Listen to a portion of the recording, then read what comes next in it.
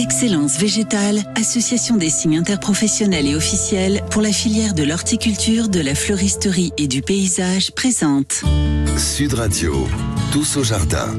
Et on retrouve notre jardinier tout de suite après la cabane au fond du jardin. Ce qu'il y a dans le jardin, est-ce qu'il les menace? Je l'avais dit, on va parler d'un fléau aujourd'hui. Un fléau qui détruit les buis. Les buis dans nos jardins, l'emblème même du jardin à la française. Bonjour Aurélien Davroux. Bonjour. Responsable végétal chez Promesse de Fleurs. On parle de la pyrale du buis aujourd'hui avec vous. C'est quoi la pyrale du buis ? Alors oui, bonjour. Eh bien, c'est un peu moins amusant que les cabanes en bois. Hein. Ouais. La pyrale du buis, ou Sidalima perspectalis de son petit nom, c'est un papillon qui est originaire d'Asie et qui est rapidement devenu une espèce invasive après son arrivée dans les années 2000.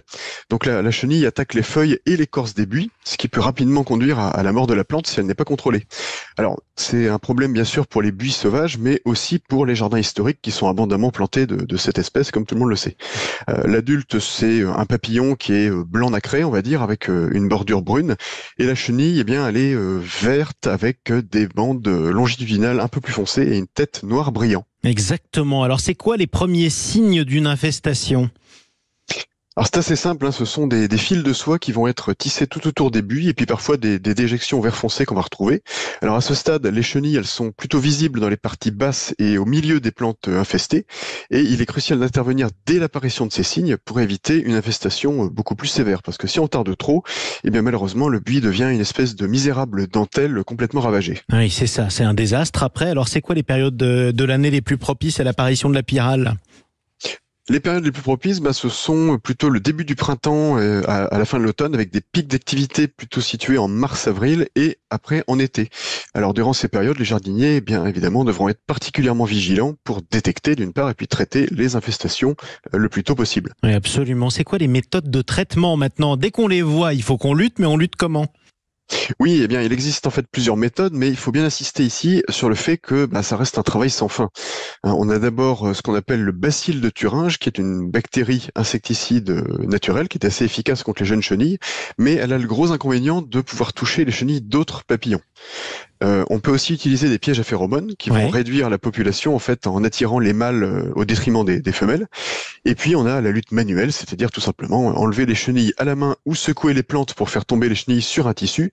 Mais je vous laisse imaginer l'ampleur de la tâche, surtout quand on sait que la pyrale engendre plusieurs générations par an. Ah oui, d'accord. Donc en fait, c'est vraiment une invasion, on va le dire comme ça. Malgré tous ces traitements, la lutte contre la pyrale est difficile. On peut utiliser des plantes alternatives au buis pour les remplacer s'ils sont condamnés ?